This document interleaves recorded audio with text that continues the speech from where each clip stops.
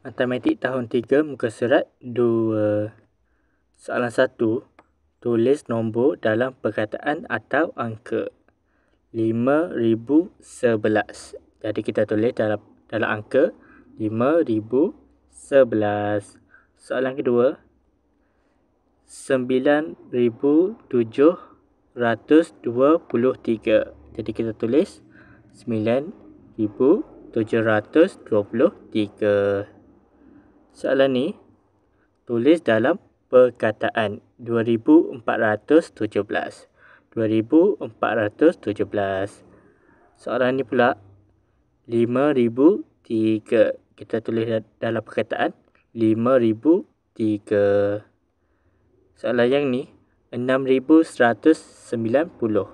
Kita tulis dalam perkataan 6190.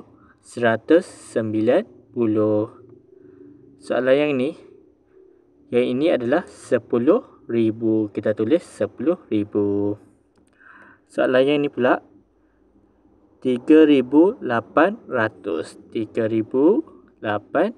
3800. 1,204. 1,204.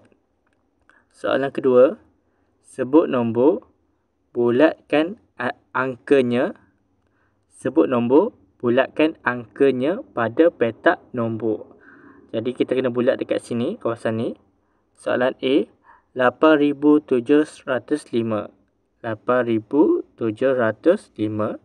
Soalan B, 6,136. Yang ini 6,136. Soalan C, 2,459. 2,459. Soalan D, 3,452. Jawapannya adalah yang ni, 3,452. Jadi ini adalah jawapannya.